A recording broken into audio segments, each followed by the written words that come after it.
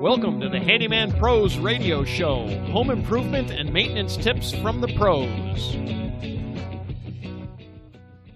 Welcome to the Handyman Pros Radio Show Action Edition, where we feature an actionable tip that you can use today.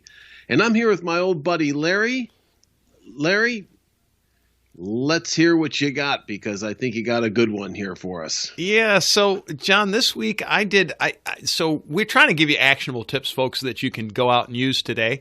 So this was one, and I don't remember where I've learned this, but it was somewhere, I don't even know. But anyway, it has to do, have you ever hung a picture or anything really that has what I call them keyholes, where they have I just did, Larry. I just did. It was a small mirror, so yeah. I can completely relate with what you're going to let us in on. Yeah. So the key is what I call a keyhole is there's a large hole with kind of an oblong shaped slot above it, right? And you're supposed to put it over a screw and drop it down, right? And that's how it hangs. Right?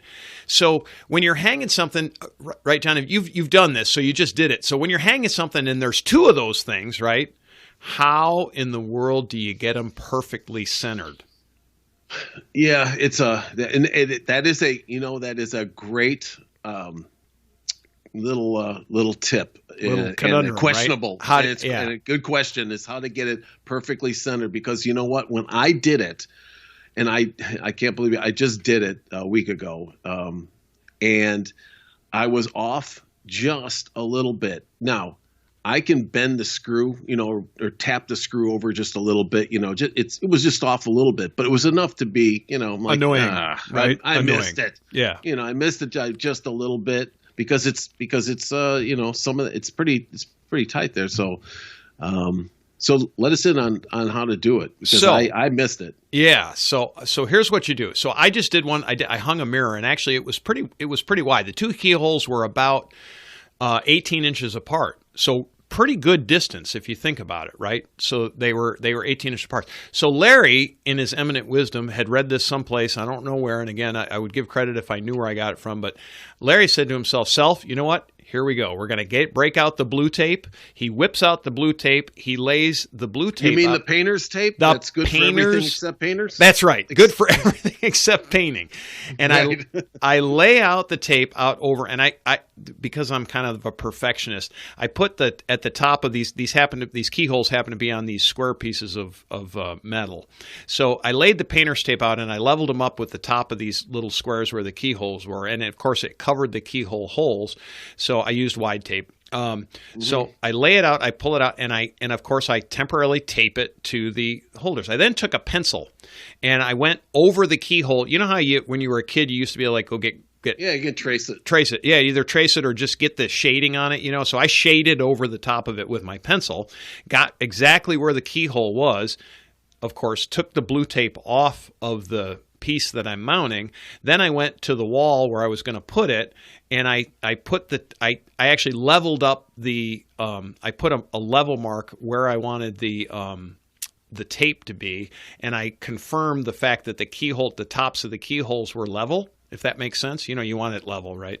So I made sure and then I taped the tape up on the wall, drilled my holes, and voila. And you made yourself a quick template out of tape? Out of blue tape. Yep. Took it off the wall.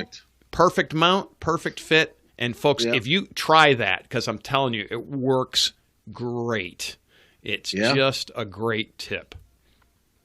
Well, that's great, Larry. I think I'd probably be able to incorporate that on some other things that I'm thinking about right now. But I think it's a great tip, because these are the kind of things that folks, when you're mounting pictures, or you're mounting these heavier type of objects on the wall that have those kind of keyholes, it is a little bit of a challenge to get those things perfect. To get them perfect. Yeah, you can do it by measuring stuff, and it works, and done it many, many times, and it works fine. But this is just a quick, dirty, easy, quick way, and I love it. And it's inexpensive, and it gives you an absolutely perfect mount. So, John, we should shoot a video on that. Maybe we will, and we'll post that out on our burgeoning video searches that we don't actually have too many of, but we've got a few. And anyway, but we should put that out. We should also take some pictures. I think actually, I'll put that out on our. I'll tweet that out, and I'll also We'll put that out on our Facebook group. On our Facebook page. Yep. So, folks, don't forget, you can join our Facebook group. That's at Handyman Pros. Send us conversations, get involved, post your projects. We'd like to see them because we'd like to see what y'all are doing out there as well. You, too, if you have any questions, please send us an email, questions@handymanprosradioshow.com. You can go to our homepage and leave a voice message. Again, that's handymanprosradioshow.com. Or you can follow us on Twitter at Handyman Radio. Ladies and gentlemen, if you've enjoyed this podcast and have derived some value from it, here's 4 things you can do. 1, tell your friends about this podcast. 2, hit subscribe on your podcast player. While you're there, leave us a review.